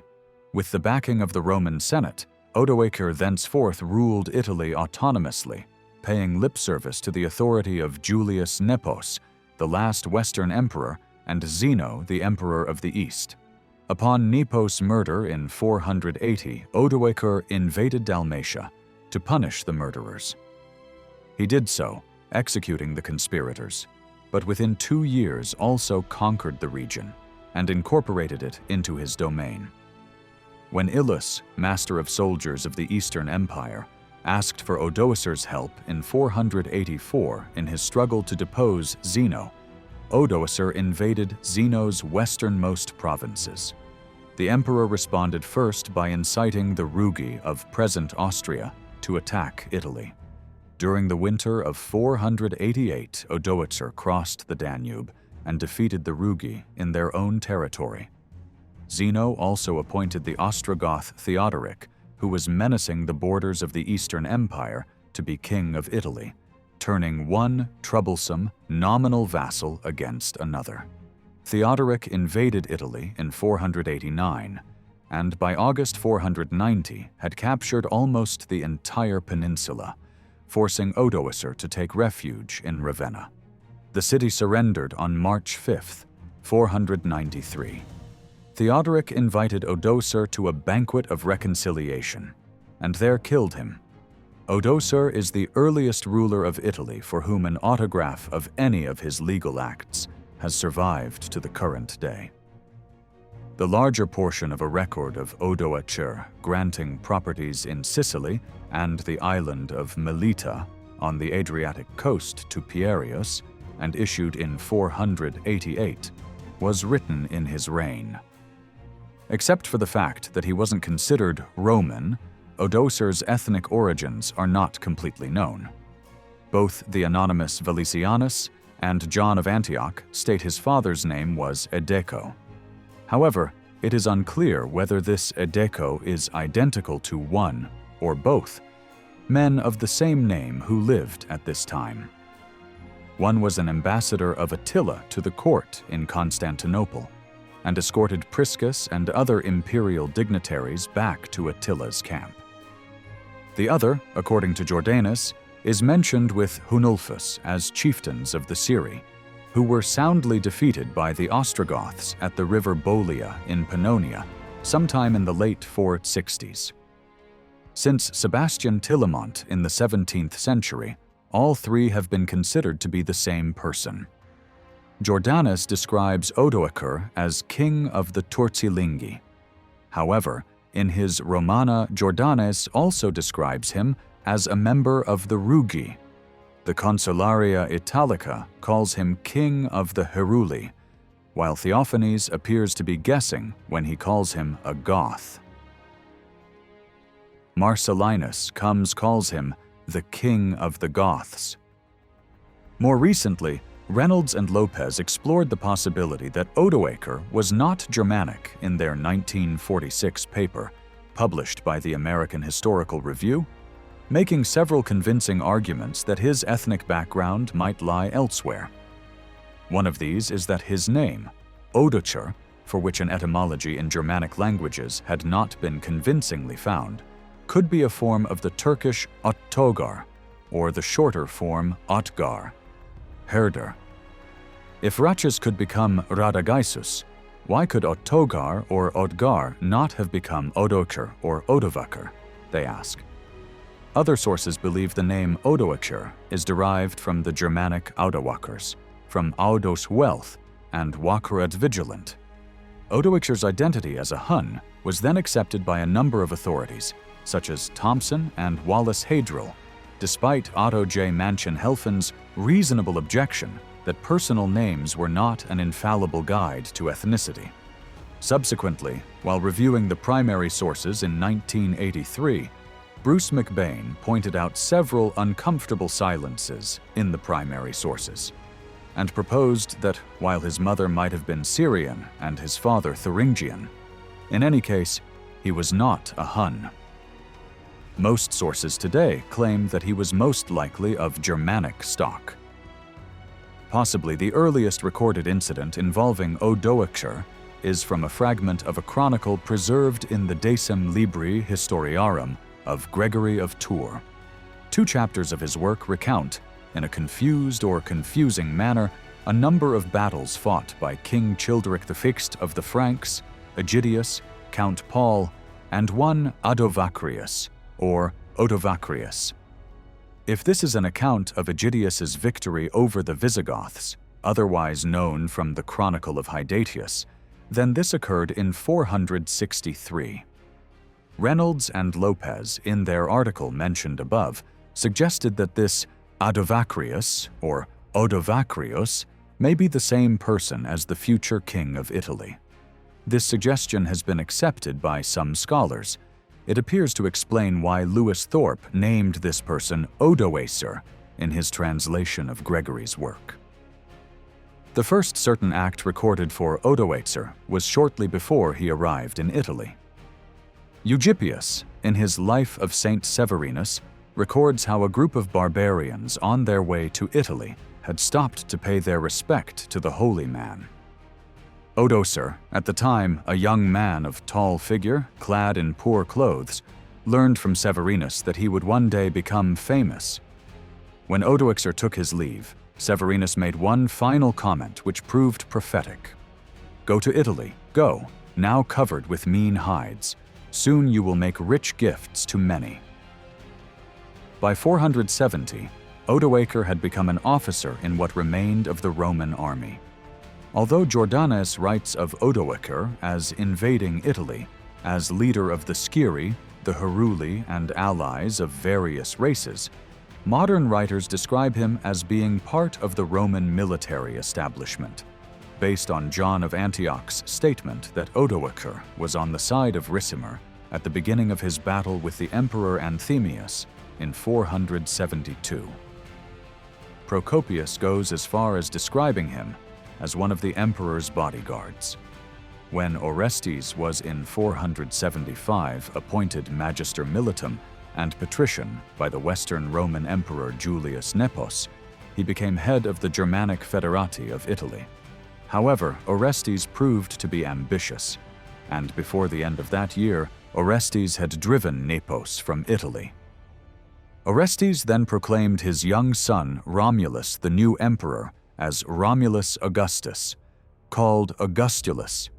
However, Nepos reorganized his court in Salona, Dalmatia, and received homage and affirmation from the remaining fragments of the Western Empire beyond Italy, and, most importantly, from Constantinople, which refused to accept Augustulus and branded him and his father traitors and usurpers.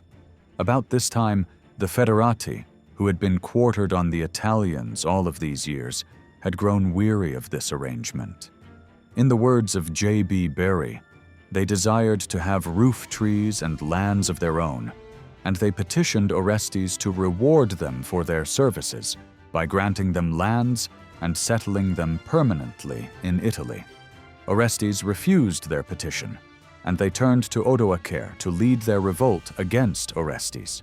Orestes was killed at Placentia, and his brother Paulus outside Ravenna.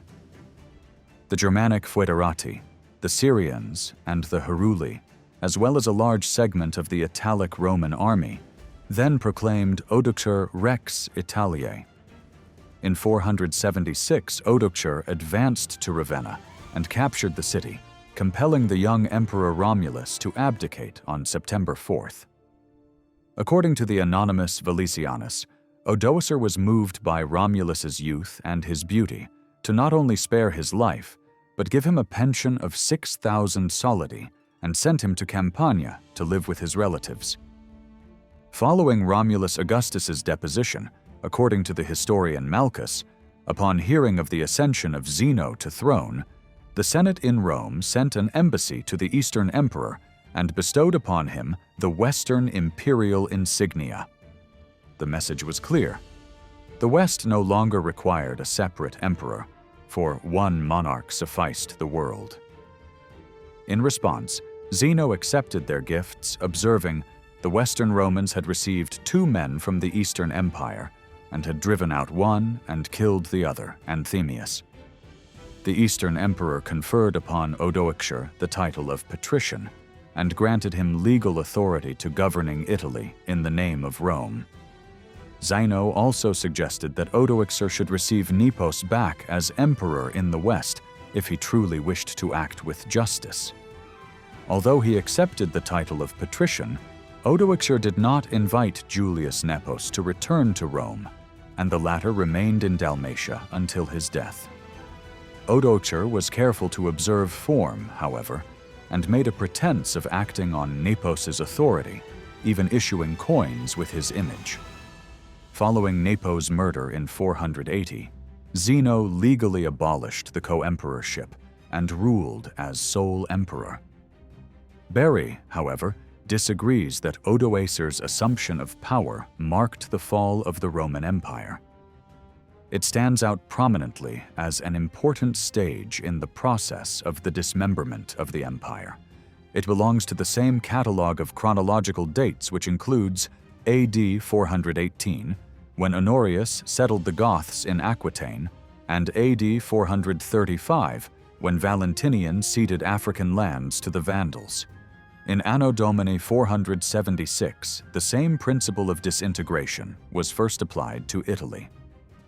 The settlement of Odovacar's East Germans, with Zeno's acquiescence, began the process by which Italian soil was to pass into the hands of Ostrogoths and Lombards, Franks and Normans, and Odovacar's title of king emphasized the significance of the change. In 476, Odoacer became the first barbarian king of Italy, initiating a new era. Unlike most of the last emperors, he acted decisively. According to Jordanus, at the beginning of his reign, he slew Count Brasila at Ravenna that he might inspire a fear of himself among the Romans. He took many military actions to strengthen his control over Italy and its neighboring areas. He achieved a solid diplomatic coup by inducing the Vandal king Glycerius to cede to him Sicily. Noting that Odovacar seized power in August of 476, Glycerius died in January of 477, and the sea usually became closed to navigation around the beginning of November. Clover dates this session to September or October 476. When Julius Nepos was murdered by two of his retainers in his country house near Salona, Odoacer assumed the duty of pursuing and executing the assassins, and at the same time established his own rule in Dalmatia. As Berry points out, it is highly important to observe that Odovacar established his political power with the cooperation of the Roman Senate, and this body seems to have given him their loyal support throughout his reign, so far as our meager sources permit us to draw inferences. He regularly nominated members of the Senate to the consulate and other prestigious offices. Basilius, Decius, Venantius, and Manlius Boethius held the consulship and were either prefects of Rome or praetorian prefects. Symmachus and Cividius were consuls and prefects of Rome. Another senator of old family, Cassiodorus, was appointed a minister of finance. Jones also notes that under Odoacer, the Senate acquired enhanced prestige and influence in order to counter any desires for restoration of imperial rule. As the most tangible example of this renewed prestige, for the first time since the mid-3rd century, copper coins were issued with the legend. Jones describes these coins as fine, big copper pieces, which were a great improvement on the miserable little nummi hitherto current. And not only were they copied by the Vandals in Africa, but they formed the basis of the currency reform by Anastasius in the Eastern Empire. Although Odoacer was an Arian Christian, his relations with the Roman Catholic Church hierarchy were remarkably good. As G.M. Cook notes in her introduction to Magnus Felix Enodius's life of Saint Epiphanius, he showed great esteem for Bishop Epiphanius. In response to the bishop's petition, Odoacer granted the inhabitants of Liguria a 5-year immunity from taxes and again granted his requests for relief from abuses by the Praetorian prefect. "One wonders at brevity," observes Cook. "To the 13 years of Odovacar's mastery of Italy, a period which embraced nearly half the episcopate of Epiphanius, Honorius devotes but 8 sections of the Vita, 5 of which are taken up with the restoration of the churches." Cook uses Honorius's brevity as an argumentum ex silentio to prove that Odoacer was very supportive of the Catholic Church. Honorius was a loyal supporter of Theodoric. Any oppression, therefore, on the part of Odovacar would not be passed over in silence. She concludes that Honorius's silence may be construed as an unintentional tribute to the moderation and tolerance of the barbarian king. The biography of Pope Felix III in the Liber Pontificalis openly states that the pontiff's tenure fell during Odoacer's reign without any complaints about the king. In 487, Odoacer led his army to victory against the Rugians in Noricum, taking their king Philethius into captivity. When word that Philethius's son, Fredericus, had returned to his people, Odoacer sent his brother Onulphus with an army back to Noricum against him. Onulphus found it necessary to evacuate the remaining Romans and resettled them in Italy. The remaining Rugians fled and took refuge with the Ostrogoths. The abandoned province was settled by the Lombards by 493. As Odoacer's position improved, Zeno, the Eastern emperor, increasingly saw him as a rival. According to John of Antioch, Odoacer exchanged messages with Illus, who had been in revolt against Zeno since 484. Thus, Zeno sought to destroy Odoacer and promised Theodoric the Great and his Ostrogoths the Italian peninsula if they were to defeat and remove Odoacer. As both Herwig Wolfram and Peter Heather point out, Theodoric had his own reasons to agree to this offer. Theodoric had enough experience to know that Zeno would not, in the long term, tolerate his independent power. When Theodoric rebelled in 485, we are told, he had in mind Zeno's treatment of Armatus. Armatus defected from Basilicus to Zeno in 476 and was made senior imperial general for life. Within a year, Zeno had had him assassinated. In 489, Theodoric led the Ostrogoths across the Julian Alps and into Italy. On 28 August, Odoacer met him at the Isonzo, only to be defeated. He withdrew to Verona, reaching its outskirts on 27 September, where he immediately set up a fortified camp. Theodoric followed him, and 3 days later defeated him again. While Odoacer took refuge in Ravenna, Theodoric continued across Italy to Mediolanum, where the majority of Odoacer's army, including his chief general Tufa, surrendered to the Ostrogothic king. Theodoric had no reason to doubt Tufa's loyalty and dispatched his new general to Ravenna with a band of elite soldiers. Herwig Wolfram observes, Tufa changed sides. The Gothic elite force entrusted to his command was destroyed, and Theodoric suffered his first serious defeat on Italian soil. Theodoric recoiled by seeking safety in Ticinum. Odoacer emerged from Ravenna and started to besiege his rival. While both were fully engaged, the Burgundians seized the opportunity to plunder and devastated Liguria. Many Romans were taken into captivity and did not regain their freedom until Theodoric ransomed them 3 years later. The following summer, the Visigothic king Alaric II demonstrated what Wolfram calls one of the rare displays of Gothic solidarity and sent military aid to help his kinsman, forcing Odoacer to raise his siege. Theodoric emerged from Ticinum, and on the 11th of August 490, the armies of the two kings clashed on the Adda River. Odoacer again was defeated and forced back into Ravenna, where Theodoric besieged him. Ravenna proved to be invulnerable, surrounded by marshes and estuaries, and easily supplied by small boats from its hinterlands, as Procopius later pointed out in his History. Further, Tufa remained at large in the strategic valley of the Adige near Trent, and received unexpected reinforcements when dissent amongst Theodoric's ranks led to sizable desertions. That same year, the Vandals took their turn to strike, while both sides were fully engaged and invaded Sicily. While Theodoric was engaged with them, his ally Fredericcus, king of the Rugians, began to oppress the inhabitants of Pavia, whom the latter's forces had been garrisoned to protect. Once Theodoric intervened in person in late August 491, his punitive acts drove Fredericcus to desert with his followers to Tufa. Eventually, the two quarreled and fought a battle which led to both being killed. By this time, however, Odoacer had to have lost all hope of victory. A large-scale sortie out of Ravenna on the night of 10th July 491 ended in failure with the death of his commander-in-chief Livilia, along with the best of his Herulian soldiers.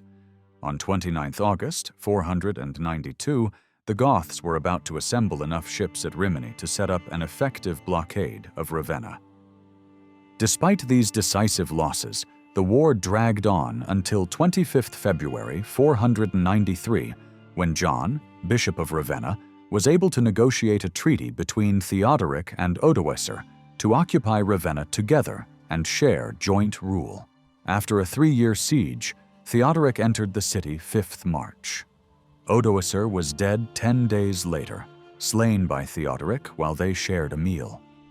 Theodoric had plotted to have a group of his followers kill him while the two kings were feasting together in the palace called Ad Laurentum.